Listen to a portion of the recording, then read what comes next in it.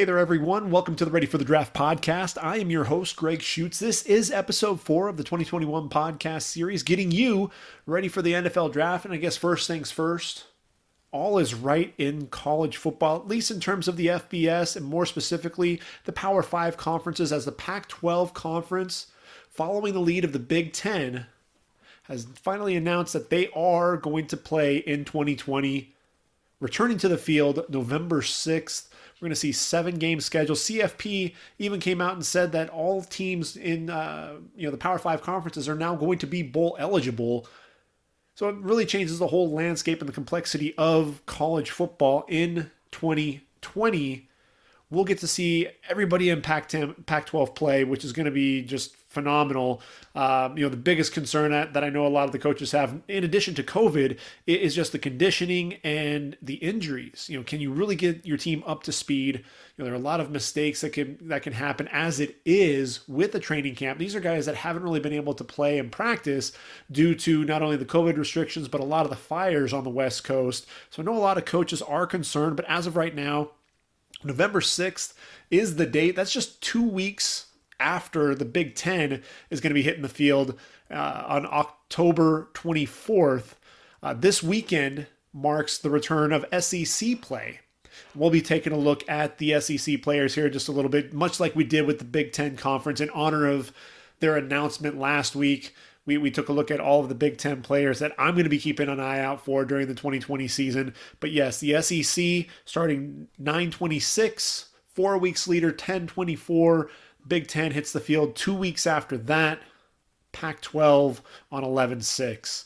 So all is right in terms of the Power 5 conferences. And when you look at the NFL draft and the draft landscape, when you're talking about end of season, you're getting into the combine, you're looking at a lot of the individual workouts, free agency.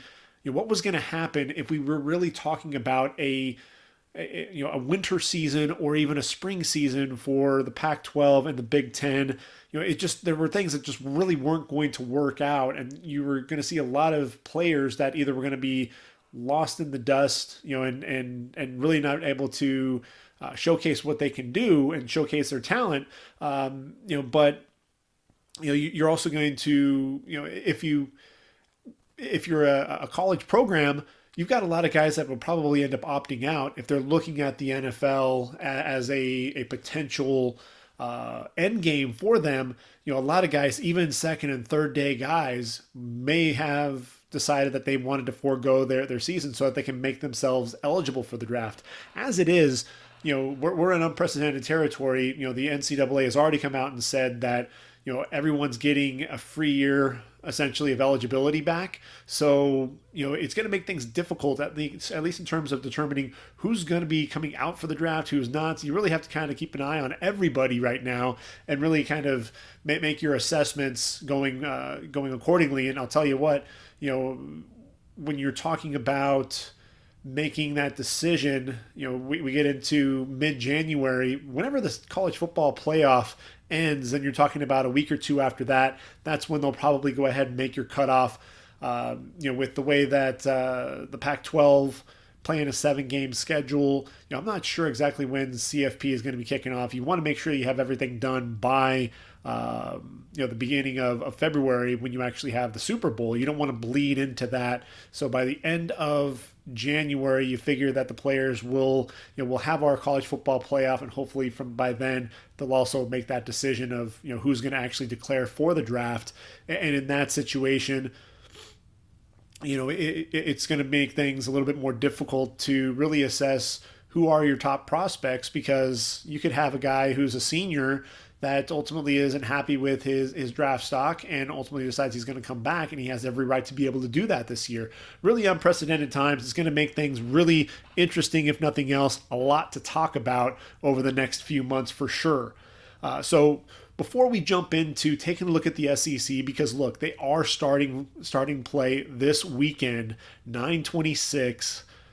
SEC finally hitting the field. Before we jump in and start talking about SEC players, we're going to take a look at last week's games and really Big 12 getting into full swing. Oklahoma State finally getting to play their first game, going up against Tulsa. And I think this was the game that everyone was expecting OSU to come out and just run away with it like they did last year. In T-Boone Pickens Stadium, they had some fans there in Stillwater. And, man, at halftime, there's Tulsa with the lead. Why? Because Spencer Sanders goes down to injury, that high ankle sprain. That's going to be a huge concern. Ethan Bullock was not the dynamic runner that Spencer Sanders was, not even by a long shot. Struggled with accuracy as well. And, then the freshman comes in, Shane Illingworth, a kid out of Norco High School in Southern California. Big arm. First thing he does, very first pass, throws a deep bomb to Tylan Wallace. Hits him down the field, and ultimately they did just enough to squeak by. 16-7 was the final.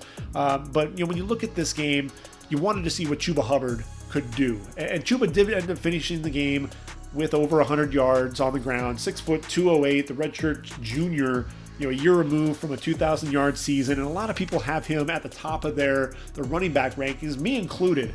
And, I think this game, 27 carries, that may be a 21 carries, 105 yards, and a touchdown on the game. But, I thought he really struggled as a blocker, actually got put down by Zaven Collins, rushing the passer. The receiving ability, you see the explosive speed, but, making defenders miss. I wanted to see more of that wiggle. You didn't always see him making plays. That offensive line, it's a young offensive line. I really wanted to see a little bit more out of Chuba Hubbard, and he's one of those guys. To me, you've got Travis Etienne, who is an ascending player in my opinion. He's really putting everything together, becoming a more complete back, not just a speed guy like he was in his freshman and sophomore years. And then you've got Najee Harris, who's just a freak of nature. We'll be talking about him here in a little bit as well.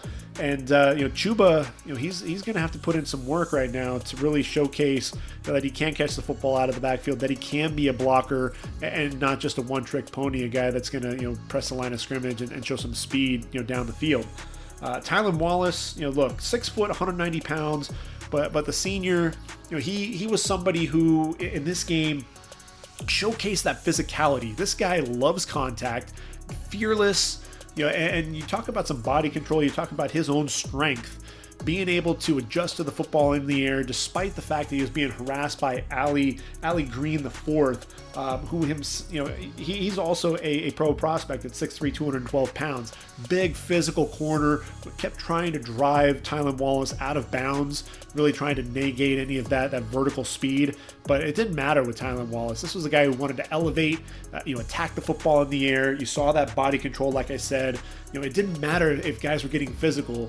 He's going to go up and attack the football anyway. And, it was one of those things to where you just couldn't get him going with Ethan Bullock as the quarterback. Once you brought in Shane Illingworth, had more of that arm strength, be able to take advantage of him down the field, man, that made all the difference in the world. So if Spencer Sanders can't go, at least for the foreseeable future, Shane Illingworth probably going to be the starter there in Stillwater. And, for Tylan Wallace, this guy, look, in 2018, he was a Biletnikoff Award finalist. In 2019, slowed up with a knee injury. And even this year, they took that knee brace off, but he was still battling a groin injury. So what we saw out there on the field against Tulsa, he wasn't even 100%. Just imagine when he has that step back, when he's able to really get vertical on guys, because he wasn't creating a ton of separation. But again, when you can fight through the corners, fight through the jam at the line, fight through guys trying to drive you out of bounds, and then also fight you as you're at the catch point and when you're trying to elevate and go after the football. Tylan Wallace, to me, showed me a lot in this game, and that's the type of play that he's going to be dealing with at the next level. Tylan Wallace, to me, he's one of those guys that he's definitely going to be a second-round pick. And if he can continue to work, continue to produce, and run a really nice 40 time, he might be one of those fringe players that could sneak into round one, be one of those surprises. Tevin Jenkins, 6'6", 320. Look, this guy played both left and right tackle in this game. Was a mainstay as the right tackle there for the Cowboys. But moved over to left tackle to start the game, and then moved over to the right side due to an injury. But man, this guy was really light on his feet. You saw the short, choppy steps in pass protection. Keeps those hands, inside. Really shoots them in really quick. Good power blocking down. You're just caving in the left side of the line. Showed decent hips to be able to seal off the defensive end to the outside. I thought he set his feet really well to anchor. Delivers really good pop at the point of attack. Does a really good job extending his arms while also staying down low, keeping that pad level low, and showing some mirror skills as well. I think Tevin Jenkins really helped himself in the game. Again, it's going up against Tulsa. I want to see what he can do in a bump up in competition against some of the Big 12 teams. But I think Tevin Jenkins is one of those guys who can be one of those top 5 or 6 tackles in the draft. May not be a number 1, or a first round pick, but I think he could end up being a second rounder in that second to third round conversation for sure. And then if you look at Tulsa, man, the best player on that team by far is number 23, Zaven Collins, 6'4", 260, the redshirt junior. He could come back and play one more year for the Golden Hurricane. Technically, he has 2 years of eligibility left. But this was a guy, man, he was coming off the edge. And, like I said, he ran over Chuba to get to the quarterback, blitzing up the middle, shooting the gaps, beating the center block. There's another play where he shot the middle and shot between the guards and able to get to the quarterback for a sack. This guy started his career as a 225-pound safety. So you see the safety athleticism, and man, this guy has bulked up to 260 pounds. And he's somebody that you can line up at linebacker. He can rush the quarterback, and he's someone that you want to be able to see him drop into coverage a little bit. But I thought he did really well against the run, chased down running backs from behind, and just really did a good job making plays behind the line of scrimmage in the game. Look, 6 tackles, 3 sacks, 4 total tackles for loss. If someone tunes in to watch Chuba Hubbard or Tylan Wallace, watch this game film, they can't help but take notice of number 23, Zaven Collins. I talked about him last year during the podcast. Cooper Edmiston, their middle linebacker, was a guy who flashed at times, but Zaven Collins is that athlete, big dude, and a guy who I think, if he continues to develop a skill set, continues to show off some of that safety ability, dropping into coverage, man, you've got yourself a player here, and a guy that isn't getting out of day 2, whichever draft he's in. I don't care if he comes out and enters the 2021 draft or comes back for the 2022 draft. Zaven Collins is a player. He can play at the next level. And then Allie Green, like I said, the corner, 6'3", 212 pounds, very physical, a guy who reads the play, does a really good job. He's not afraid to get right up on you at the line, going to jam you whenever he wants, extends those long arms to make some plays on the football down the field as well. Not afraid to come up and run support either, and will make some plays in the open field against the ball carrier. Beating the receiver blocks, coming downhill. I'd like to see more of that from Allie Green. And this is a guy who didn't even start the game for Tulsa. Somebody who I think just continues to see the field. They were talking about the Legion of Boom on the broadcast, and if you're looking for a 6'3" corner, Allie Green's going to be somebody that's going to be on your radar. And then Zach Smith, the quarterback. Look, 6'3", 227 pounds. Has a tremendous arm. 18 to 28, 165 yards, a touchdown and an interception, and it was just consistency. This guy would make a great throw down the field, showing that arm strength, throwing the ball to the wide side, and then he'd overthrow guys, or he would underthrow. It seemed like he would, if he was on the move, sometimes he would short arm it, and it was one of those things to where, you just wanted to see, he left you really wanting to see more. In the first half, 11 of 15 for 108 yards and a touchdown, really struggled mightily down the stretch. But there was then he throws a 16-yard touchdown to Josh Johnson. Perfect ball, where only his receiver can make a play on it towards the near sideline on a corner route, put the ball over the safety to the receiver for the touchdown. It's he's one of those frustrating quarterbacks. Yes, he's got that big arm, but big arm by itself doesn't mean anything. If you can throw the ball 100 miles an hour, 100 yards down the field, but you're not very accurate, you're not going to make any difference anyway. And that was really the biggest thing that I saw from Zach Smith, was a great arm but inconsistent play. Central Florida taking on Georgia Tech. Georgia Tech with their first home game there at Bobby Dodd Stadium after beating Florida State. Jeff Wilson really trying to get that team going, but they ran into the buzzsaw that is Central Florida. Josh Heupel had that team really moving well. 49-21 was the final. Dylan Gabriel, look, 27-41, 417 yards, and 4 touchdowns and an interception. He may be the new flying Hawaiian, man. 6 foot, 186 pounds, the sophomore. He's not going to be eligible for this year's draft, but he's one of those guys that 9-3 as a starter, as a freshman, over 3,600 yards. But you saw the arm strength. Arm strength was ridiculous, throwing the football 40, 50 yards down the field. But the difference there is that he's hitting guys in stride, showing the ability to make those precision passes into tight windows, being able to fit the ball over the linebacker and in front of the safety. This is a kid who is going to be on everybody's radar. Look, Kyler Murray and really Baker Mayfield kind of started the conversation with the 6-foot quarterback. Kyler Murray at 5'10". Tua Tagovailoa is not a big guy by any means. So these smaller quarterbacks are really starting to make a name for themselves. Dylan Gabriel is one of those guys that's going to be in that conversation as somebody who's going to move up draft boards. Very, very impressive game overall there for Dylan Gabriel. Otis Anderson, look, 5'11", 174 pounds. He lines up in the backfield, but really wasn't much of a factor there. He did have 18 carries, 88 yards, and a touchdown. Most of that really coming off of a big play. 3 receptions for 21 yards. I love him when he gets in space. He could be that third, maybe a Nyheim Hines type of a player, a guy that you really want to get out in space, be that change of pace third down back. But I love him in space, which is why I want to get him, the ball as a receiver, and I think that's where he's going to really make his living at the next level. Trey Nixon, look, 6'2", 180 pounds. The senior, this is a guy, he's a big physical receiver, and he made some plays. This was someone making some nice plays over the shoulder, tracked a ball on a 25-yard touchdown, tracked it over the shoulder to haul it in. 49 yards on a post. Made a nice catch in stride. At the top of the numbers. Hauled in a 6-yard touchdown on a slant.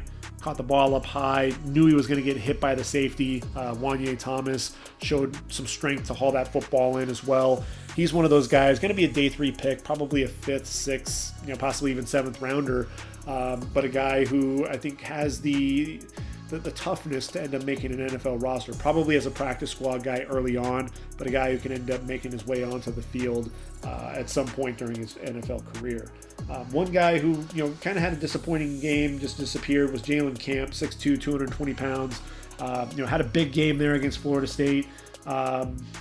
He was someone that I was really expecting to see more out of. Had a drop on 2nd and goal, and I think as Jeff Sims goes there with that offense, we'll kind of see an up and down deal with Jaylen Camp. So I think you're going to kind of have to ride that waves, the highs and the lows, depending on how that quarterback play goes. But Jaylen Camp, not someone, it's just one game, not going to lose my confidence in him just yet. But he's somebody that hopefully will be able to pick up things as we continue into ACC play. One guy who I was definitely impressed with, yet again, number 78, the left guard, Jack DeFore there for Georgia Tech. This is a guy, he's an Ole Miss transfer, as I mentioned last week, 6'4", 305, and he keeps his hands inside in pass protection, has a nice wide base, knee bender, and just showed an ability to mirror guys, keep a guy in front, lock onto him. That hand placement was key. And he's somebody, look, man, when you're looking at the guards, there aren't a ton of guards that you're going to talk about at the top of the draft. And he's somebody who's going to slide into that 4th, 5th, 6th round range. And I think he's going to end up making an NFL roster. He has New England Patriots written right all over him. Somebody who I think could end up making an impact and surprising people there at the next level. Curtis Ryans, the 265-pound defensive end who had a big game against Florida State with a couple of sacks. He was out for the game, didn't play. We'll have to see if he's going to be available, when Georgia Tech plays again. Let's see if I've got anybody else in this game that I wanted to talk about. Quez Jackson, was the leading tackler there for Georgia Tech. big number 44, 6'1", 235 pounds. He's very active linebacker. He's somebody who I think you're just going to have consistent play game in and game out. And then Richie Grant, the strong safety there for Central Florida, 6 foot, 194 pounds. A step slow at times, diagnosing diagnosing the run plays, but then also comes downhill against Jeff Smith.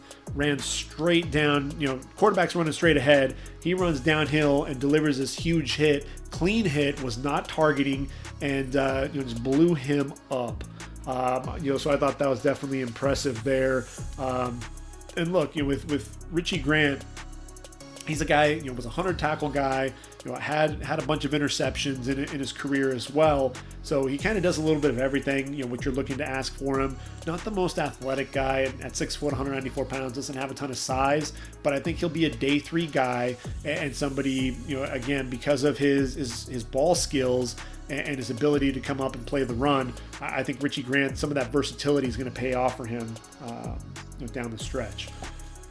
Marshall and App State.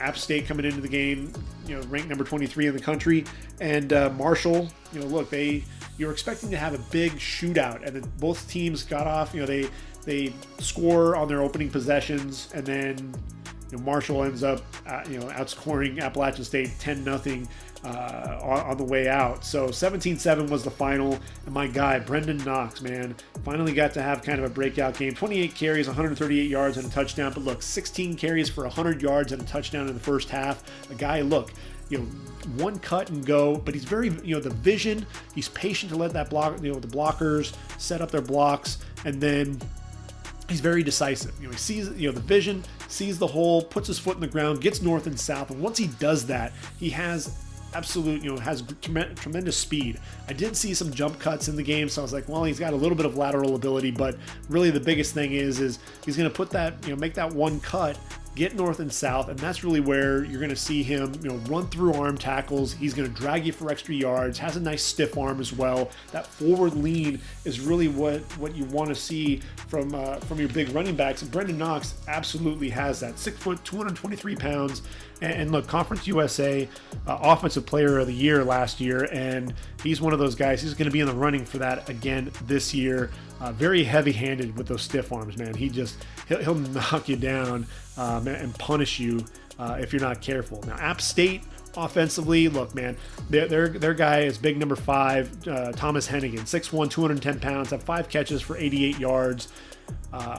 Big physical receiver, possession guy, excellent hands, but deceptive speed. This was someone who was getting vertical on guys, had this 35-yard reception, one-on-one with the cornerback down the sideline, able to get behind the corner. And the other thing that I thought was impressive with him, though, was the ability to work back to the football, work back to the ball, had basically shot back inside because the throw was really more to the inside, goes down, makes a one-handed catch as he's going to the ground. Thomas Hennigan is a guy who's probably going to be, I'd say, probably about a 5th rounder. I really don't know what he's going to run in the 40, probably the 4.5 to 4.6 range. But a guy who, he's going to be a possession guy. He's going to be a favorite target of a quarterback. He's big, he's physical. Look, there was a block on a pop pass to one of the other receivers. I believe that was Jaylen Virgil. And, just this block, he, sustained that block on the corner. I think it was like a 5-yard hitch. And ultimately, with that blocking, allowed that receiver to go ahead and pick up another 8 yards. Thomas Hennigan, if you haven't seen him play, he's a lot of fun to watch. Marshall up front. Look, Josh Ball, 6'8", 309. This is a guy who got his first action as a starter really this year. And he started out at right tackle, but in this game he actually played at left tackle. He split in some time with Will Ulmer and then moved over to right tackle when Ulmer came into the game. But man, he's a legitimate pro prospect at left tackle.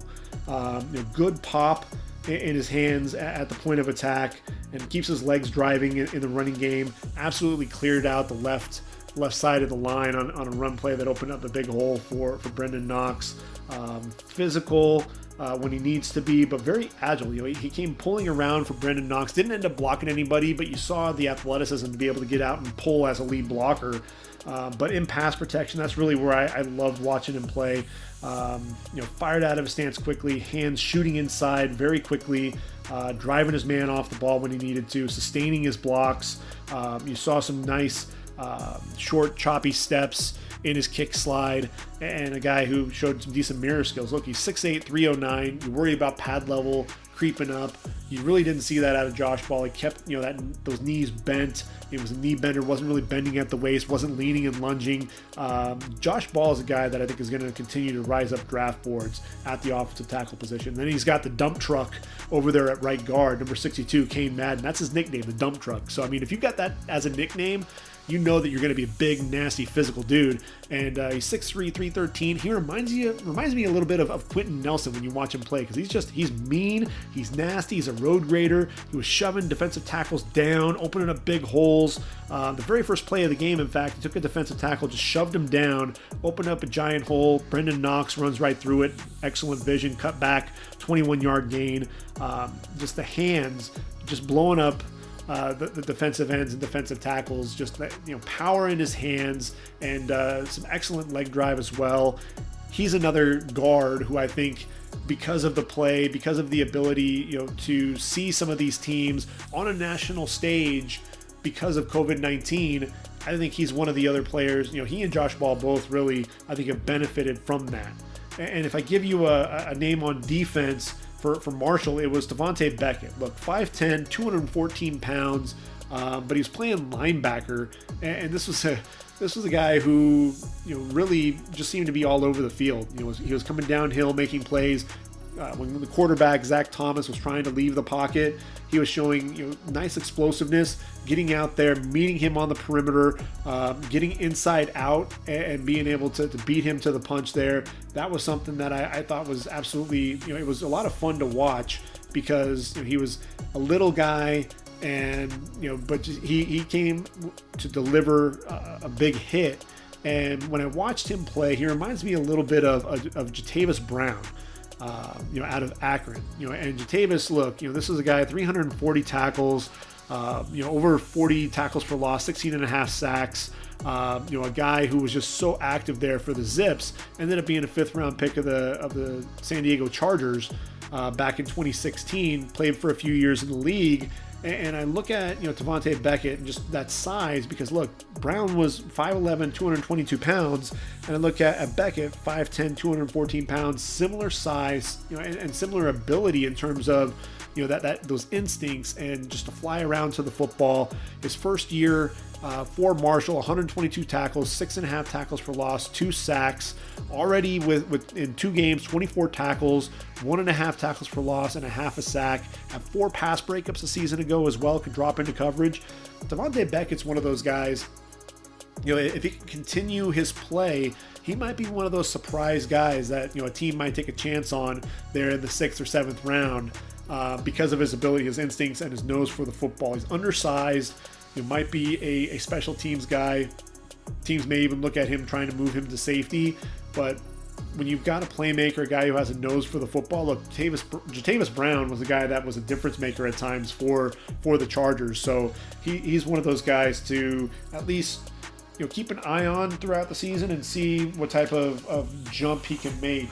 And then Xavier Gaines there from Marshall, 6'3", 220 pounds, the tight end, had a 75-yard pass reception that he caught a post, got back. He creates some mismatch. He's kind of one of those buffed up tight ends. He's a former quarterback, a guy who has some of those skills as well. But he's a little undersized to play tight end, and I don't think he's fast enough to be a receiver. So it's one of those players to where he's really going to have to step up his game and be a weapon there for his quarterback, the freshman Grant Wells. And I think you're going to see some inconsistent play at the quarterback position, and that may affect some of his draft stock down the stretch. And then the big game that everyone had to tune in was Miami and Louisville. Number 17 Hurricanes taking on the Cardinals in Cardinal Stadium. number 18th ranked Louisville Cardinals, going down to Miami, 47-34.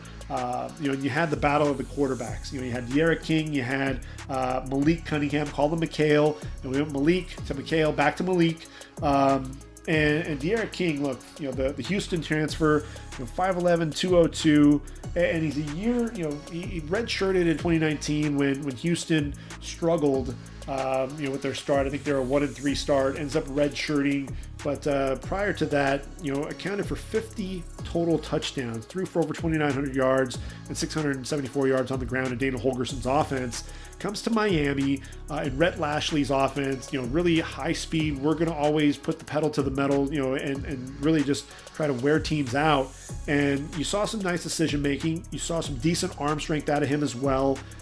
He's someone, look, he's 5'11", 202. You want to see him continue to develop as a quarterback under Rhett Lashley. Still, show the ability to throw the football down the field with accuracy. Because I thought his short to intermediate game looked pretty darn good. Needs to watch, staring down his receivers a little bit. He got himself into trouble there. And then Malik Cunningham, the 6'1", 200-pound redshirt juniors, 26-36, 307, 3 touchdowns and an interception on the day. The deep ball has never been a question with him. I thought his deep ball accuracy looked fantastic. There were a couple of corner routes that he was dropping the football in, away from the defender, dropping it in the bucket before the receiver goes out of bounds. Just perfect ball placement. Great decision making there. But anytime that there was a blitz, he was replacing the blitz, throwing behind the blitz on those. Had a few mental lapses as well during the game. He especially when he was on the move, rolling out, trying to force it. And he just needs to take what the defense can give him. I think both, with Cunningham, he needs to come back for one more year, really develop with Scott Satterfield and company before he looks to take any type of a leap to the next level. D'Eriq King, it's his last year technically, but he could actually come back to Miami for one more year.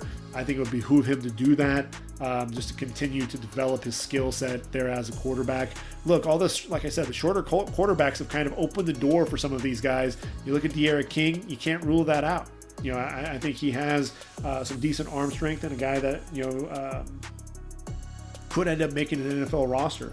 And be one of those guys that you can put a package in and allow him to play.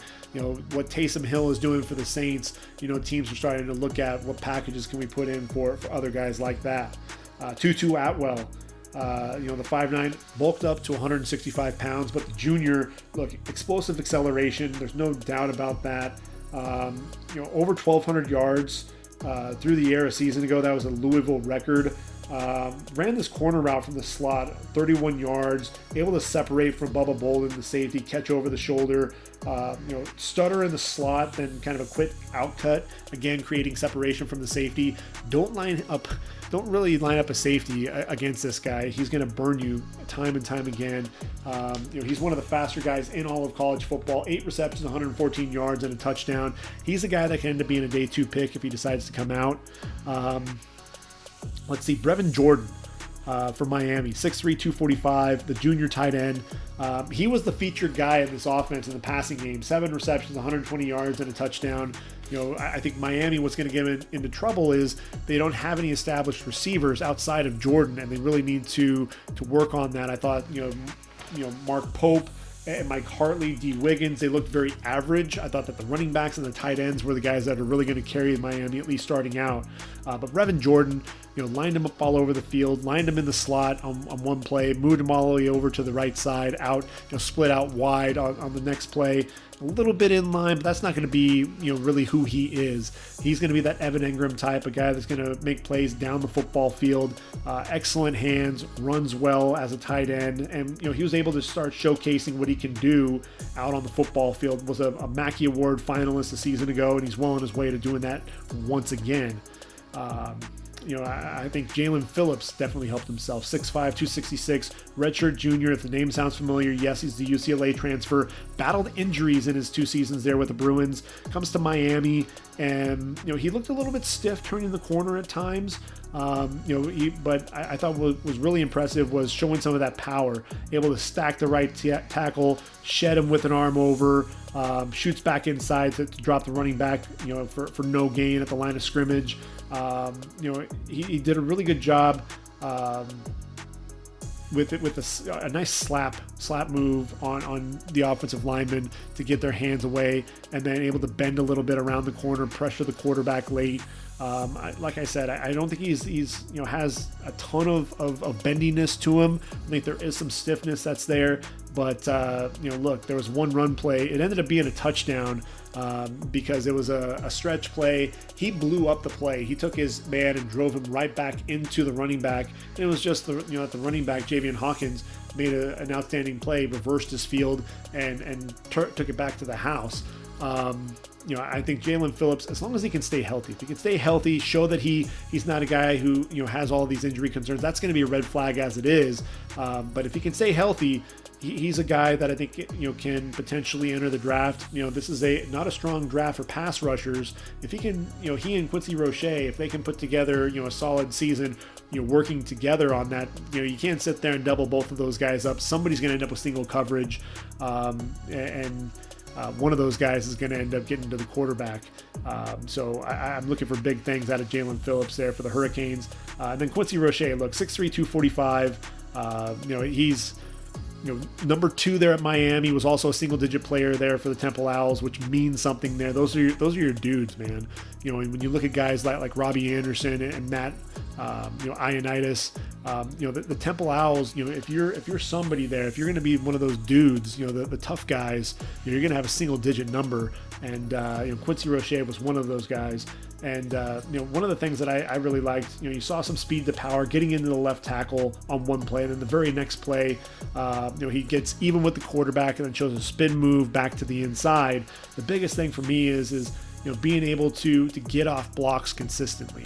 I think he's going to be someone that's going to have to play in space, not put his hand in the ground, let him rush the quarterback as a 3-4 outside linebacker. I thought he lacked discipline at times, jumped off sides on a 3rd and 8, ended up going down to a 3rd and 3, and I think Louisville ended up converting on that.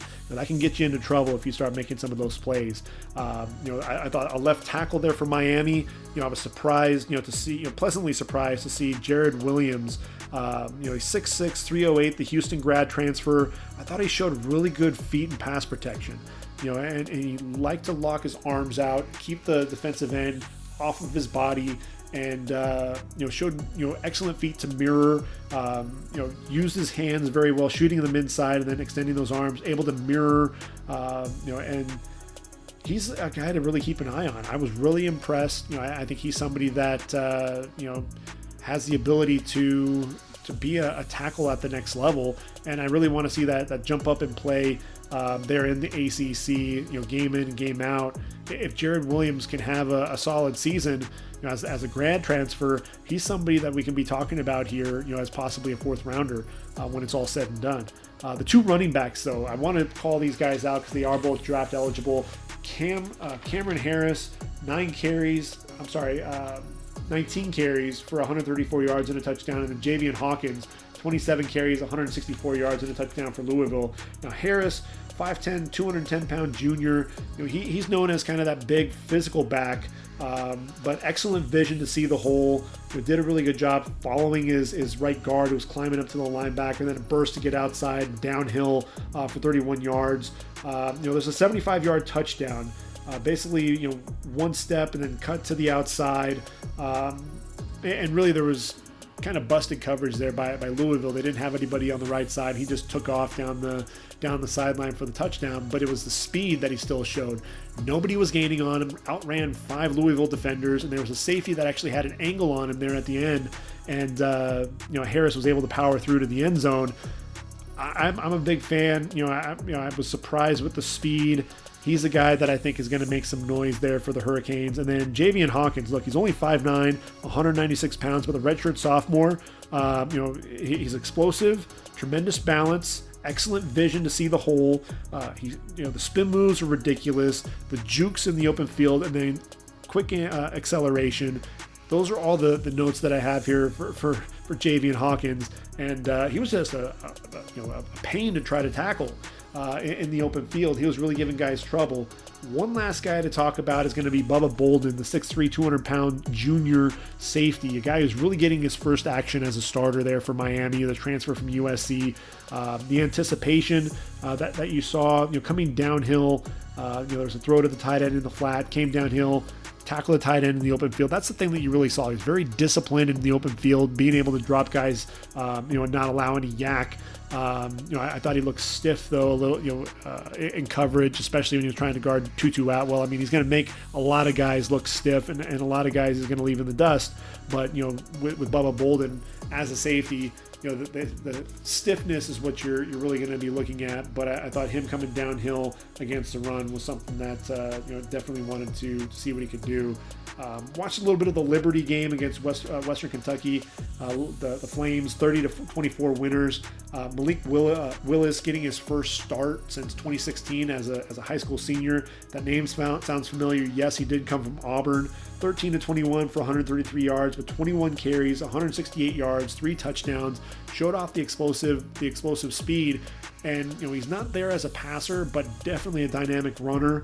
And then D'Angelo Malone, he had a quiet game, and it's kind of weird when you have a defensive end, 9 tackles and a half tackle for loss, but really kind of quiet. Struggled to get off blocks at times because, look, he's only 6'3", 240 pounds. He's going to be an edge rusher, in a 34 defense. Had 8 tackles, 3.5 tackles for loss, and a sack last week against Louisville. He's a guy, I don't think I had him in my second day conversation. I don't think he's quite that high. I think he's probably a 4th rounder, but a guy who's an overachiever, continues to work, and he's still a lot of fun to watch, in my opinion. Louisiana, look, the Raging Cajuns ranked number 19, going up against Georgia State. They're in Atlanta, the former Turner Field, now Center Park Stadium, and they started off slow, and they woke up and finally ended up winning 34-31 in overtime.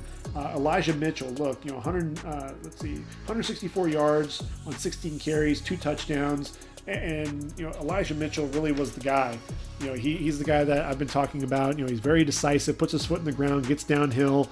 Only a second team all Sun Belt selection a season ago, even though he went over 1,000 yards. And he was patient, waits for the hole to develop, shoots the hole. 33 career touchdowns coming into the game. He's the guy that can catch the football out of the backfield. He has the speed, he has the power. Then there's Trey Regis, the one cut and go type of runner, 5'11", 230 pounds. Really a guy that explodes downhill and is tough to bring down. But the guy that I'm continuing to follow, number 7, Farrod Gardner, 6'2", 220 pounds. A guy that I think would have kind of fallen through some of the cracks there, had we not been able to watch him on a national stage. He showed speed off the edge, blitzing the quarterback. Came off from depth to hit the quarterback as he was throwing. Also able to drop into coverage, read the quarterback's eyes, showed some good leaping ability to affect the catch point there for a receiver.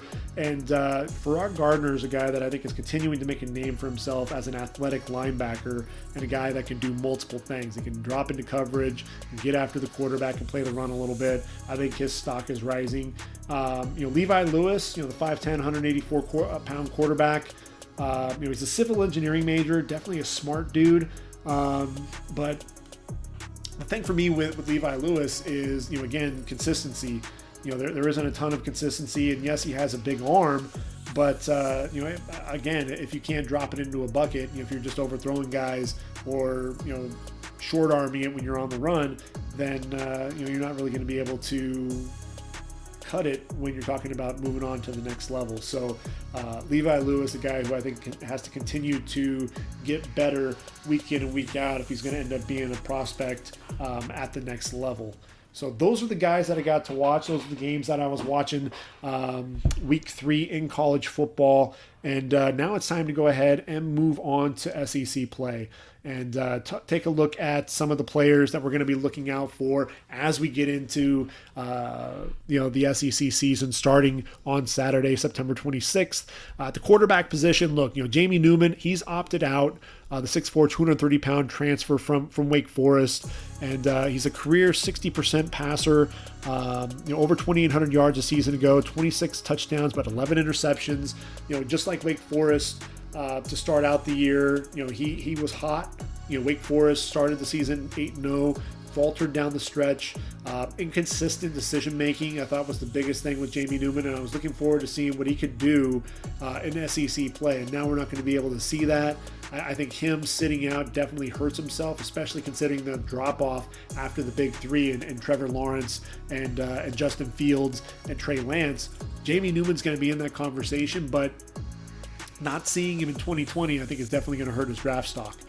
He has the option to potentially come back. If he hasn't hired an agent, he could potentially come back for the 2021 season. So we'll have to see how that plays out. But, I'll give you a few more names at the quarterback position. Kyle Trask, 6'5", 239 out of Florida. When Felipe Franks goes down, this is the guy that ultimately steps in and leads the way for the Gators. 67% completion percentage, over 2,900 yards, 25 touchdowns, 7 interceptions. He's going to be the guy. And I think he's got some good arm strength, decent decision making.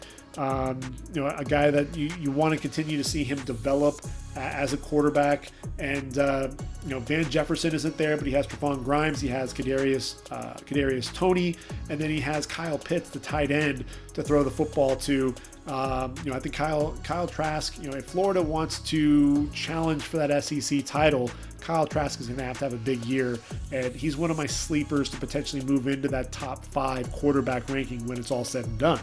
I think at Texas A&M, you've got Kellen Mond, 6'3", 217 pounds. Jimbo Fisher's known for developing quarterbacks. This is a 57% completion percentage, in his career.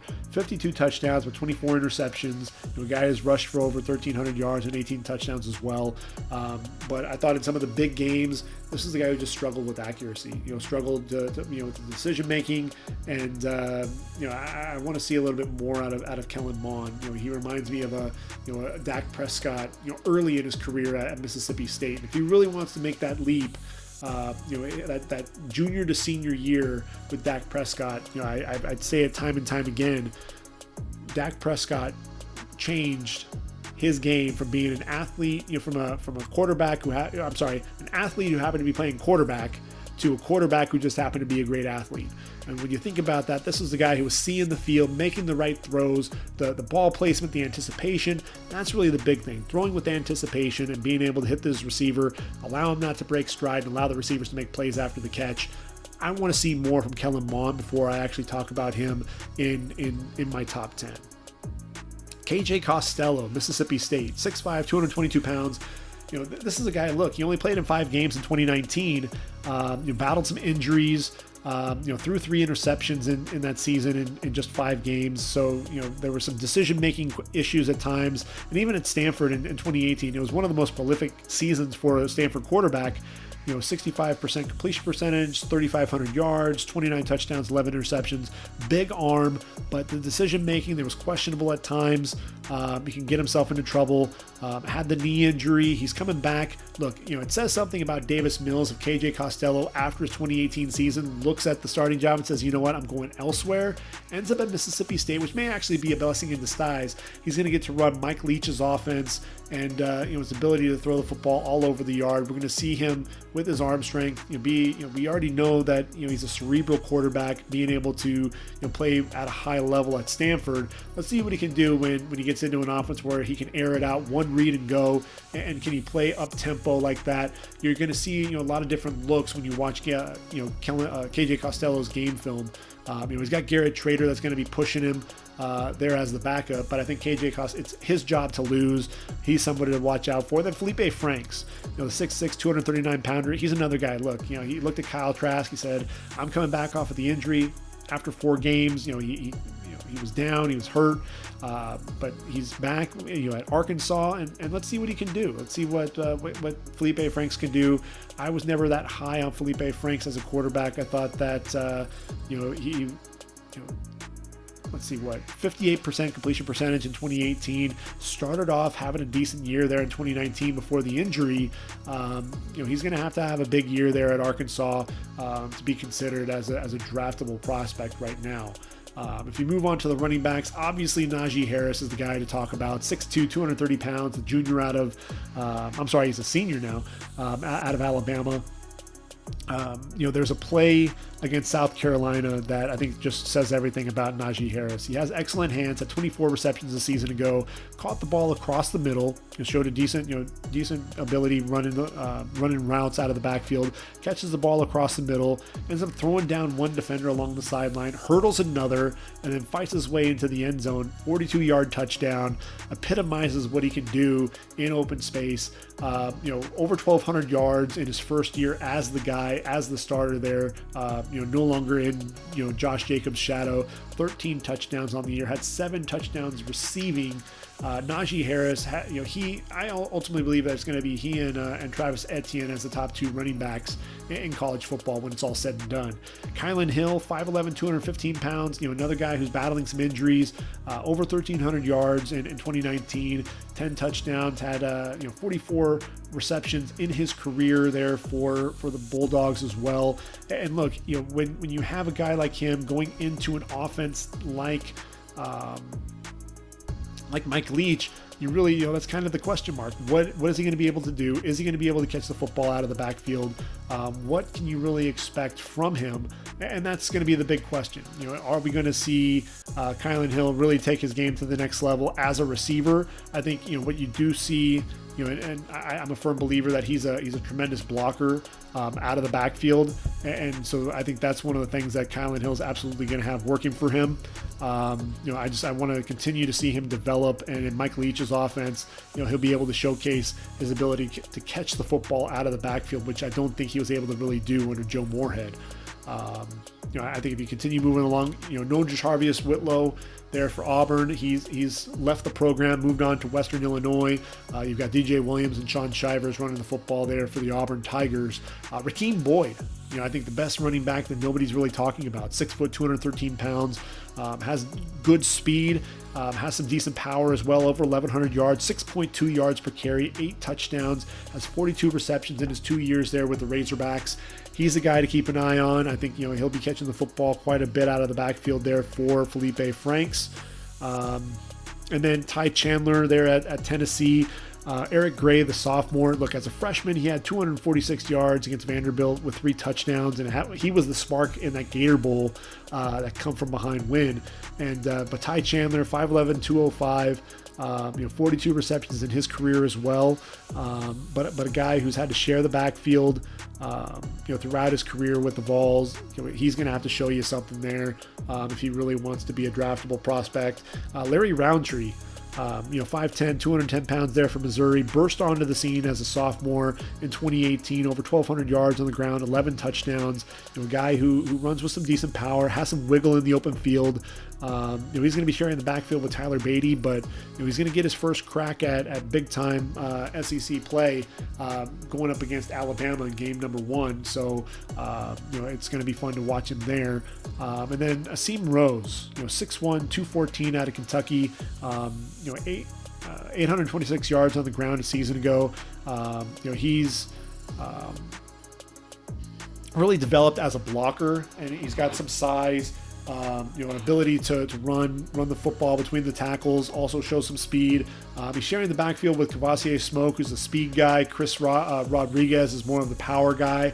And, with Rose, he's going to be a little bit of everything. So it's going to be fun to see him play there in Kentucky with Terry Wilson as quarterback back from injury. Jamar Chase out of LSU for moving to the wide receivers, a 6'1", 200-pounder. He's opted out for this year. But look, I think last year kind of spoke for itself. 84 receptions, over 1,700 yards, 21.2 yards per reception, and 20 touchdowns. I know what a lot of people are saying with Joe Burrow and just the offense in general, that, hey, it was a product of the system. Joe Brady just had an offense that was sophisticated for college football, and it was really Joe Brady's offense that did things in, and I'm not buying that. This is a guy who has exceptional speed. He has good strength, ability to high point the football. He's going to be a guy that I think is going to run in that 4.4 range, and he's going to be the number 1 receiver taken in the draft. I think there's no question about it. But there are a couple of guys out of Alabama who are going to be hot on his heels. and I think, are definitely going to be guys that you'll be hearing their names called in the top 20. Obviously Devonta Smith, when you've got Jerry Jeudy as the route runner, Henry Ruggs as the vertical threat. Devonta Smith was not only your most reliable route runner and pass catcher, but he showed off some more explosiveness than I think people were expecting. Over 1,200 yards through the air a season ago on 68 receptions. That's 18.5 yards per reception with 14 touchdowns.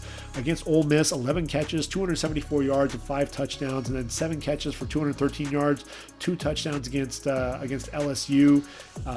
30.4 yards per reception during that game. A big play waiting to happen. He's just a savvy player, just really smart, knows what to do. The route running, he sets his receiver, sets the DB up. That stem at the top of his route is just beautiful. But he has some surprising speed, and I think he'll actually run faster at the combine than people are going to be expecting, because I think he actually plays faster than his foot speed actually will tell you. Jaylen Waddle, though, is going to be the guy. He's going to challenge Henry Ruggs in terms of speed. 5'10", 182 pounds. All you need to, if there's any question about his explosiveness, just turn on that game against Auburn. 4 catches, 98 yards, 3 touchdowns, and then took a kick return back to the house as well.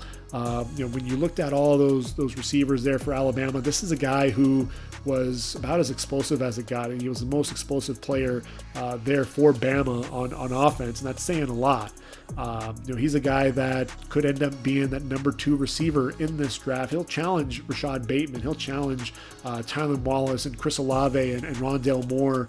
Rondale Moore, by the way, if you haven't already heard, he's opted back in. So we'll get to see him play there at Purdue. I'm really happy that I think that's the right move. I said, last week that, Rondale Moore right now kind of flirting with that second round, possibly sneak his way into round 1. You want to see this kid show that he's 100%, that he can make an entire season, and that he can be spectacular from wire to wire as he was as a freshman. If he can do that, he may solidify himself as a first rounder when it's all said and done. But Jaylen Waddle, the only knock with him is he's not the biggest guy, so you worry about the jam at the line of scrimmage, and you worry about him in traffic. But no doubt that this guy's explosive and a guy that can make you miss in the open field. He's a lot of fun to watch.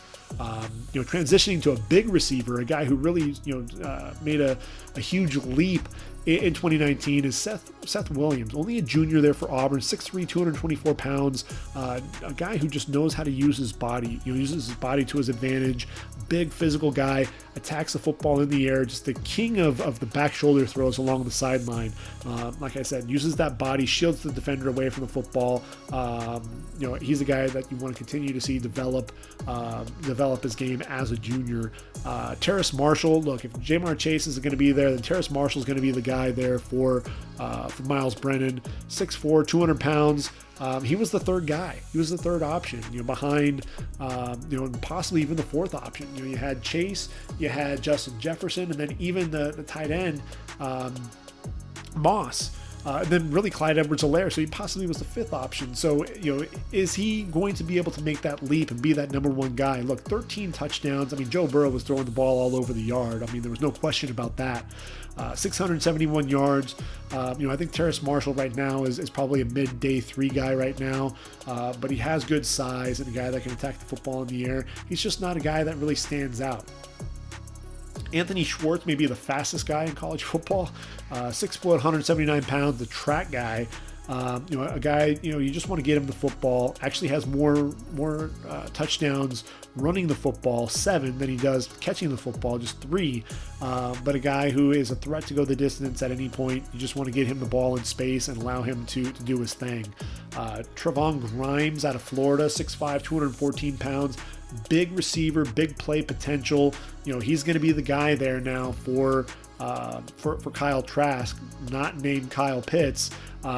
So you really want to see if Trevon Grimes can be that playmaker down the football field. Kadarius Toney, the other receiver, 5'11", 194 pounds. Look, another explosive back. and receiver, kind of a little bit of everything, do everything type of a guy. He's explosive, but look, he's missed a lot of time with injuries, burst onto the scene as a true freshman, but he can't seem to stay healthy, and he needs to really have a big year, and that's the thing. Is he a receiver? Is he a running back? Really, what is he? And can he really excel in any of those areas, or is he just a tremendous athlete? Demetrius Robertson, at Cal as a freshman, 50 catches, over 700 yards and 7 touchdowns, really burst onto the scene there. Only played in 2 games in 2017, 2018 was a non-factor at Georgia. 2019 had 30 catches, but really, I thought he kind of regressed. He really did regress, and a lot of people were counting on him to be that guy to really help bring in a lot of the younger receivers like George Pickens and company. And he's going to end up probably being that forgotten man in that receiving corps if he isn't already. Damon Hazleton, from Virginia Tech, 6'3", 215-pounder, now at Missouri. He battled some injuries in 2019, but a year removed from in 2018. 51 catches, 802 yards, and 8 touchdowns. He's a big physical receiver, going to be a weapon on the outside for Sean Robinson there as the quarterback. Shi Smith, conversely, is a slot receiver. He's a little guy, 5'10", 190 pounds, there for South Carolina. A weapon that's going to be, he's going to want to get vertical on you, a decent route runner. I think he's a little bit more quick than he is fast, but a guy to definitely keep an eye on there. Josh Palmer out of Tennessee, 6'2", 210 pounds. He's going to be the receiver, the only receiver with double-digit receptions, because Jawan Jennings, Marquez Callaway, they're both gone. Josh Palmer is going to be the guy. And, if Tennessee with Jarrett Garantano and Brendan Maurer, if Tennessee wants to really make a leap, they're going to need some production out of those receivers, and they're really going to be counting on Josh Palmer to have a big year. One other guy from a projection standpoint is going to be Mike Woods. There at Arkansas, a guy that I'm going to be keeping an eye out for, 6'1", 193 pounds. I think he has a chance to end up being a guy that can make have a big year this year for the Razorbacks. Only a junior, he can come back after the season, but somebody to keep an eye out for there. Then Jamon Osmond, the 6'2", 210-pounder there at A&M, he's opted out. Over 872 yards on 66 receptions. He's someone, if he decides that he's going to enter the draft, he'll at least get a combine invite, but he's somebody that right now I'd love to see him come back for 2021, because I don't think he's ready to make that leap to the next level just yet. Transitioning to the tight ends, we'll take a deep breath here, then move on to the tight ends. Kyle Pitts, obviously 6'6", 239 pounds. He's kind of the cream of the crop in terms of your explosive receivers at the tight end position. Only a junior, but 54 receptions, 649 yards, 5 touchdowns a season ago, and a guy who just, again, a buffed up receiver, a guy that they're going to split out on the outside, line up in the slot. He'll be an inline blocker from time to time, but his ability to make plays down the football field, excellent speed after the catch as well. He's going to battle Pat Freiermuth and Brevin Jordan to be the number 1 tight end, and those are the 3 tight ends that are going to end up being having first round potential. Keep an eye on all 3 of those guys as we get into more of the season. Trey McKitty, Florida State, had a knee procedure, so his status for Arkansas is unknown at this point. But he started his career at Florida State, transferred to Georgia as a senior. And a guy has 50 receptions. You really want to see what he's going to be able to do. Look, Georgia without Jamie Newman, it's going to be the JT Daniels show, the transfer from USC. He's immediately eligible, and you're wondering what was going to happen with Jamie Newman.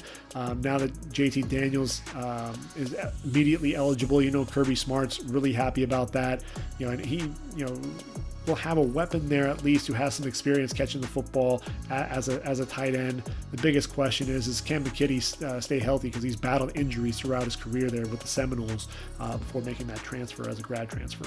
Another grad transfer to keep an eye out for is Kenny Yeboah, going to Lane Kiffin's offense. Transfer from Temple to Ole Miss, 6'4", 240 pounds, 47 receptions, there for the Temple Owls, 6 touchdowns. And, if you remember, a tight end in last year's FAU offense, was a pretty decent tight end. His name was Harrison Bryant, now playing for the Cleveland Browns.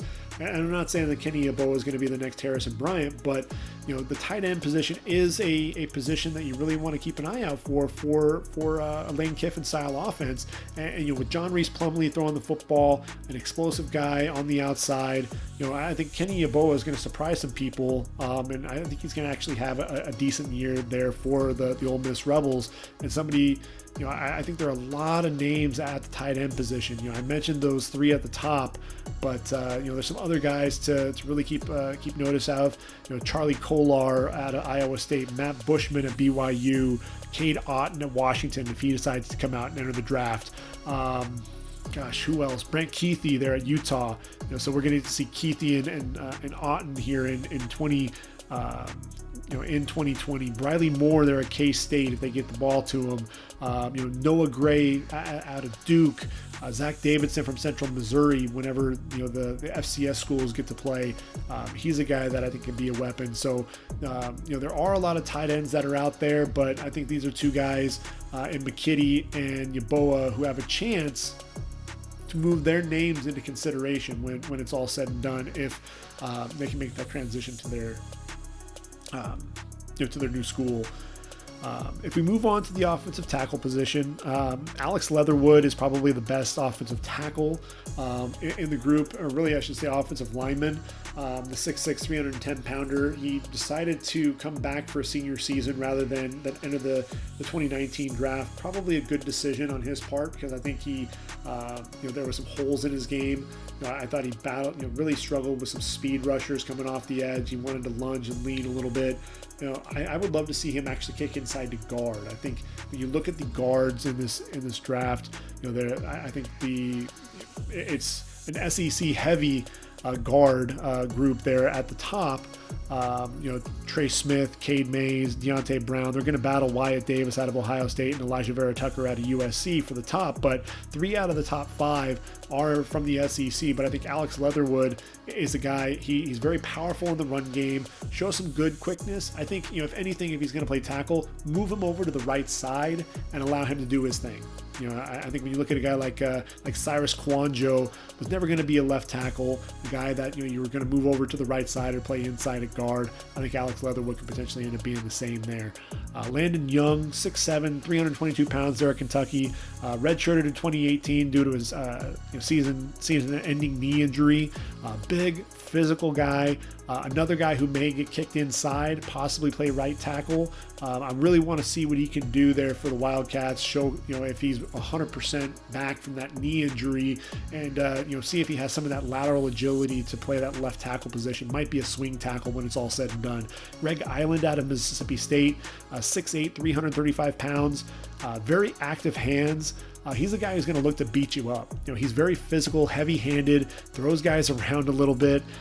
So definite power. I want to see more athleticism out of him. I want to see the lateral movement. That's really the biggest concern that I have for Island right now. Has experience at both left and right tackle, so he has that going for him. And then Austin Deculus there out of LSU, 6'6", 331 pounds. And Sadiq Charles is no longer there. Damian Lewis no longer there. Lloyd Cushenberry no longer there. This is going to be the guy that's really going to be that focal point, the lone veteran returner. Ed Ingram, the left guard, did see the field quite a bit, but 6'6", 331 pound right tackle Austin Deculus. I think he'll get drafted. It'll probably be late day 3, but I think he's one of those veteran presence, the guy that's going to end up being a role player there for a team, be a backup.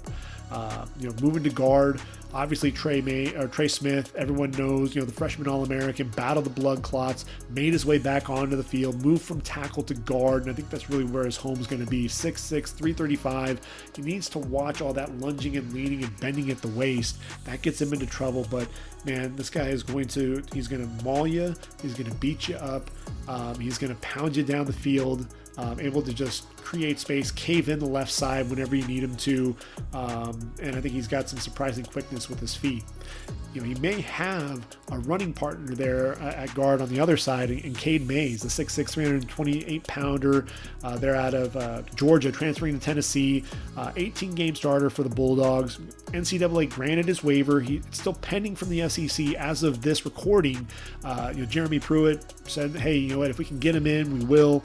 Also expecting to potentially have to go in a different direction there at the guard position if they have to. But Cade Mays, heavy-handed, good athlete, former 5-star recruit, someone that you're going to have to take notice of in this guard group for sure. We move on and we look at, I mentioned earlier, Deonta Brown, 6'5", 338 pounds. He's a mauler, power in his hands. Suspended the last 2 games of 2018 and the first 4 of 2019 for violating NCAA rules. So there is a red flag there, but definitely one of those heavy-handed guards. Mississippi State has 3 guards. Darion Parker, 6'4", 335 or 355. He's the big dude of the group. Scott Lashley is a backup tackle, can also play guard, 6'7", 315, and then LaQuinston Sharp, 6'3", 300. All 3 of those guys there from Mississippi State.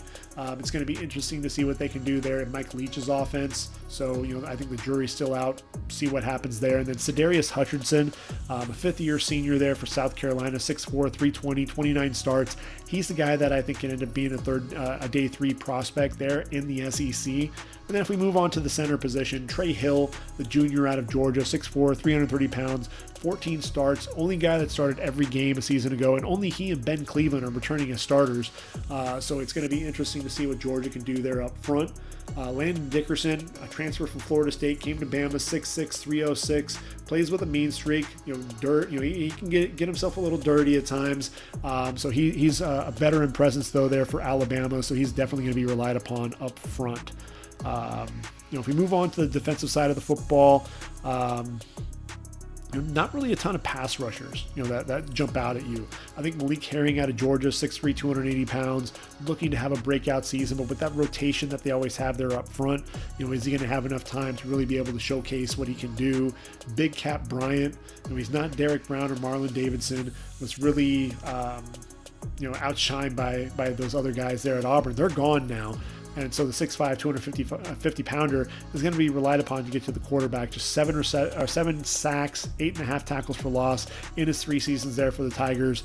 Really step up in his play is going to be needed. How about Dayo Odeyingbo there for Vanderbilt? 6'6", 276. And if you look at his stats, you're like, 18.5 tackles for loss, but just 2.5 sacks. A guy who can make plays in the backfield, but not much of a pass rusher. He's disruptive. The stats are misleading. He's a guy who's going to get into the backfield. He's going to chase the quarterback, throw him off of his, get him uncomfortable, throw him off of his spot, make him step up into the pocket, make him, play under duress at times. He's going to pursue the running back backside, chase him down, takes excellent angles to the football. That's why he had, 12 tackles for loss just a season ago. He's 6'6", 276 and has tremendous length. And so I think Dayo Odeyingbo is a guy that you really have to watch out for there for the Commodores. Sam Williams from Mississippi, 6'4", 265 pounds, a year removed from 9.5 tackles for loss and 6 sacks, but he's suspended for, indefinitely, at least for now, for conduct detrimental to the team. Red flags galore there, but keep in mind, Willie Gay was a guy who was suspended for 8 games and ultimately ended up getting himself drafted in the 4th round. So, the jury will still be out there for Sam Williams, but he's really going to have to prove himself. If we move on to the defensive tackles, Tyler Shelvin's the guy there, for the SEC, 6'3", 346 pounds, the junior, the immovable object for the LSU Tigers. He's opted out, so he won't be won't be playing there in the SEC play. But, again, an immovable object and a guy who I think is going to end up being a 1st-round pick when it's all said and done. But how about T.D. Slayton? Daryl Slayton, 6'5", 342 pounds, they're out of Florida. This guy is a big athlete, and I think he's primed for a breakout season. You see some of the quickness off the ball, the quick arm over to win at the point of attack, has the push up the middle, getting through the offensive lineman, that power to hold the point against a double team, able to shed the block and get up the field when he needs to as well. Uses that wingspan to be disruptive, not only in the in passing lanes, but also bringing down ball carriers and to disrupt the quarterback as well. Does a really good job with leverage. He fires off the ball well, gets under the center pad level, stands the man up, then able to stack and shed there. He's somebody that I think you really have to keep an eye out for the Florida Gators. Absolutely, when it's all said and done, he'll be a guy who I think is going to end up being a playmaker. Quentin Bohanna is another mountain of a dude. You got Shelvin, you've got Slayton, and then you've got Quentin Bohanna, who's 6'4", 357 pounds there for Kentucky. Another immovable object on the interior of that line. He's a guy that obviously is going to command a presence. Jordan Davis, 6'6", 330 pounds, showed up at Georgia, was a tight end in 2014, and ultimately in 2018, converted to the defensive line. And, I think with Jordan Davis, he's a big physical dude there on the interior of the line, and a guy, can hold the point of attack and get after the quarterback a little bit. He can be very disruptive. Kobe Whiteside from Missouri, 6'1", 300. He's going to be the man in the middle. And when you look at Missouri, you think of Missouri Tigers, you think of all the defensive linemen that have come through there, from Sheldon Richardson to Coney Ely to Alden Smith. Kobe Whiteside, a season ago had 7.5 sacks at the defensive tackle position. And so I think they're looking for big things there. New head coach Eli Drinkwitz, he's going to look for guys to make some plays, and I think he's going to be someone that's going to really be counted on to make some plays there. Aubrey Solomon, the transfer from Michigan, not much of a factor a season ago, but he's going to be a starter. He played defensive tackle almost exclusively at Michigan, and he's going to be a 3-4 defensive end, going to be that 5 technique, 6'5", 315, someone to watch out there for Tennessee. And then Bobby Brown III out of Texas A&M, 6'4", 325, another guy who gets a push up the field, a guy who can disrupt the quarterback a little bit, collapse the pocket with some speed to power, pretty good hands as well. Only a junior, so he could definitely come back, but somebody who I think is going to make some noise there in SEC play. At the linebacker position, I think everybody knows who Dylan Moses is, 6'3", 235, the junior, missed the 2019 season due to the ACL injury. 86 tackles, 10 for loss, 3.5 sacks a season. The season before in 2018, his first year as a starter. Let's see how that knee responds. Let's see if Dylan Moses can return to form. For me, he was one of those guys I thought he played well against the run, made some plays behind the line of scrimmage, but I just don't know if he's a 3-down back or a 3-down backer. Can he drop into coverage? Can he make plays in the passing game? You're going to have to do that to be a 3-down linebacker at the next level. I'm just not sure if Dylan Moses is that guy or not. Now, KJ Britt is a guy that's a lot of fun to watch there for Auburn. 6 foot, 236 pounds. I think he showed the ability to drop into coverage a little bit. First year as a starter, he was kind of the heart and soul of that Tiger defense. 10 tackles for loss, 3.5 sacks, and get after the quarterback a little bit. Monty Rice at Georgia, 6'1", 235 pounds. A guy who plays well in space, drops into coverage a little bit. I thought he was a step slow at times. I'm not as high on Monty Rice as some other people are. I thought he showed some decent range, but I'm expecting to see more out of him here in 2020. A guy who I'm really high on, though, is Ernest Jones out of South Carolina. Only a junior, 6'2", 235, 97 tackles a season ago, 5 pass breakups to go along with a couple of interceptions. He can do a little bit of everything, and he's someone I think if he continues to elevate his game, he's going to be the guy running the defense there for South Carolina. Everybody knows about Israel Mukuamu and J.C. Horn at the cornerback position, but it's going to be Ernest Jones. If that defense there for the Gamecocks, if they want that defense to go anywhere, it's going to be on the back of big Ernest Jones, and I think he's going to have a big year, and we could potentially be talking about him coming out and entering the draft. Momo Sanogo there for Mississippi, 6'2", 244. Injury concerns are huge. In one season where he was healthy, 2018, had 112 tackles, a guy who was a volume tackler, played sideline to sideline, can be that veteran presence for the Rebels. Big thing is can he stay healthy? And that's a big if. I'm kind of burying the lead here. There are a couple of inside backers that I've been holding on to, but Nick Bolton out of Missouri and Jabril Cox out of LSU are two guys that have to be on NFL radars and guys who could end up being drafted on day 2. Nick Bolton first in his first season as a starter, 6 foot 235. And the Tigers, look, 103 tackles, 8.5 tackles for loss, 7 pass breakups as well, a couple of interceptions, doing a little bit of everything. Played sideline to sideline, able to drop into coverage, really showed that he could be a 3-down linebacker. And Pro Football Focus had him graded out as the top linebacker a season ago. Nick Bolton's going to be a guy to watch, as is Jabril Cox. Look, 6'3", 233 out of LSU, back-to-back 90 tackle seasons there for North Dakota State. 32 tackles for loss in his career, 14 sacks, 6 interceptions, 18 pass breakups. And you want to know why this guy was so consistently, just devastating there against the pass. Well, this guy's a former quarterback.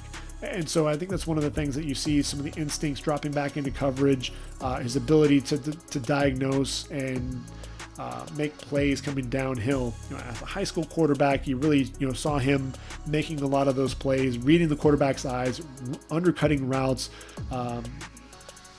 Had three touchdowns off of three pick sixes. But a guy who can come downhill, quarterback scrambling, comes downhill to sack the quarterback in the open field. The guy who is under control coming downhill as well, wraps up very well, breaks down, wraps up. So Jabril Cox, look, when you talk about LSU linebackers, you think of Devin White, you think of Patrick Queen. This is a guy who's going to be another name that everyone's going to be talking about as a potential first-round pick. And I think if he has a big year in SEC play, Jabril Cox will be a first-rounder. This guy just has ball skills for days and playmaking ability. So I'm really looking forward to seeing what he can do. Can he make that jump to SEC play? A couple of other names for you. Brenton Cox. If you're a Georgia Bulldog, you know that name well as your pass rusher coming off the edge. 6'3", 250 pounds. Now in a Florida Gator uniform. He's going to be that explosive playmaker that Todd Grantham's going to need for his Gator defense. Errol Thompson out of Mississippi State, 6'1", 250 pounds, the inside backer. He's the heart and soul of that defense, the unquestioned leader. 217 tackles, 19 going for loss, and 7 sacks in his career. He's looking to have a big year there for the Bulldogs. Jamar Watson, in his first year taking over for Josh Allen, he was, let's see, getting a little bit of feedback here, but this was a guy who was 6th in the SEC in sacks with 6.5, and 8th in tackles for loss with 11.5. 6'3", 244, a guy that flies around to the football, makes a lot of plays behind the line of scrimmage, and Kentucky's going to really rely on him to be able to do that again in 2020. Buddy Johnson, this is a guy, for me, I thought there were times that he looked really good, 6'2", 230, playing downhill, 9.5 tackles for loss. But look, A&M, 67 run plays of 10 plus yards. They've got to get better, and Buddy Johnson in the middle, that's a big reason for that. When you're struggling against the run, getting that middle linebacker to diagnose the plays early and make some plays around the line of scrimmage. And then Ventrell Miller out of Florida, 6 foot, 222 pounds, another athletic linebacker there for Florida. With David Reese the second gone, Ventrell Miller is really going to be relied upon to be that guy at that linebacker position. We're in the home stretch now here for the SEC, and Patrick Surtain at the cornerback position. Look, 6'2", 203, a guy who just sticks like glue to opposing receivers. Knows for the football. Not only 15 pass breakups, but 4 forced fumbles in addition to the 3 interceptions as well. Ball skills, absolutely. He's got better size than his dad, and he's an absolute lock to be a first rounder. But there are other corners besides Patrick Surtain in SEC play. Israel Mukuamu out of South Carolina, 6'4", 205. The junior has tremendous length. I think everybody, a season ago, 4 interceptions, one of which he returned for back to the house. Had 9 pass breakups as well. But this is a guy I thought he got turned around at times. The footwork was always questionable, and that was one of the things that I worried about with him. Whereas J.C. Horn, look, he's 6'1", 200, not as big, but I think in terms of his movement skills, this is a guy who's very quick in and out of his back pedal, very instinctive. 17 pass breakups in his career, hasn't had an interception yet, and I think that's going to be his biggest knock is you need to have corners. If you're going to draft a corner on day one, this is going to have to be someone who's going to end up making plays, not just knocking the ball away, but actually making plays and changing the whole landscape of the game. You want to flip the field, get the offense back out onto the field. The best way to do that is to pick the football off and hand it over to your offense. I know Ryan Helinski would love to have that happen in 2020, on several occasions. But J.C. Horn and Israel Mukuamu may be one of the best, if not the best, corner duos in all of college football. Georgia has a trio, though. You've got Eric Stokes, 6'1", 185 pounds. He's got the size. 18 pass breakups, no interceptions. Another guy who I think is looking to prove himself in 2020. A guy that can finish. Tyson Campbell, 6'2", 185 pounds. A couple of bigger corners there. Also no interceptions, just 5 pass breakups. Of the 3 corners there at Georgia, I think he's the guy that has the most to prove. Maybe the best of the bunch, though, is going to be DJ Daniel, 6'1", 185 pounds, 8 pass breakups. Again, another guy with no interceptions, but I think the thing for him that I was impressed with was a lot of the receivers that you had there in the SEC. He matched up with their top receiver oftentimes, and he would stick like glue. Those cover skills, playing man-to-man, can get up on the line of scrimmage, can play in off coverage a little bit. He's a versatile guy. He's probably of the 3 Georgia corners, he's my favorite. Marco Wilson there at Florida, 6 foot, 190 pounds. CJ Henderson's doing his thing in Jacksonville. You're going to want to see Marco Wilson really step up. I think, after he burst onto the scene as a freshman, only played in 1 game in 2018, returned in 2019, and I'm looking for him to really return to that freshman form. I thought, he kind of regressed a little bit in 2019. A lot of people like him. I'm hoping that he bounces back. I want to see it first before, I can really, push him as a guy that is going to be a 2nd or 3rd round pick or anything like that. 2 other names to keep an eye out for. Brendan Eccles out of Kentucky, 5'11", 178 pounds. In his first season there for Kentucky, showed off some ball skills. He just needs consistency. I think he can end up being a nickel at the next level if he can be consistent and show that that explosiveness, the decisiveness and the ball skills that he showcased, during parts of the season. Miles Jones out of Texas A&M, look, 6'4", 185 pounds. He has 23 pass breakups and 3 interceptions in his career. Pretty good length, but he's a guy, again, that was torched time and time again in 2019. I thought that there was a chance that he could end up making a big jump after solid 2017 and 2018 campaigns. 2019 he struggled mightily at times. When you get a 6'4" corner, people really take notice, and he was outplayed by Israel Mukuamu, which is why everyone's talking about Mukuamu more so than Miles Jones. So Miles Jones really has to have a big year if number 10 for the Aggies wants to be considered, really in the first 4 or 5 rounds. Moving on to the safeties, I think there are 2 at the top that you have to know. Richard LeCount is going to be the leader of that secondary. I mentioned all of those corners, but it's Richard LeCount that really stirs the drink there. 5'11", 190 pounds, a guy that can play over the top as a center fielder, has 4 interceptions, let's see, 4 forced fumbles in his career, 6 pass breakups, 5 fumble recoveries, very opportunistic player, a guy who also can shoot downhill, make plays behind the line of scrimmage, 5.5 sacks, 5.5 tackles for loss, including 4.5 last year. A guy who flies around to the football, very intelligent player. He's one of my favorite safeties in this year's draft. I had him in my top 10 going into the 2019 draft before he decided that he was going to return to Athens. He's going to be battling some of those guys at the top. I don't think there's really a guy that solidified himself as the number 1 safety. So there's a bunch of guys that are in that group, the Javon Holland, DeAndre Siscos, Hamza Nasruddin, Richard LeCount, Caden Stearns, Talanoa Hufanga out of USC. There are a lot of guys that we can be talking about at the safety position. So, a big season out of Richard LeCounte is going to move his draft stock up way high. Jacoby Stevens, 6 foot, 228 pounds there out of LSU.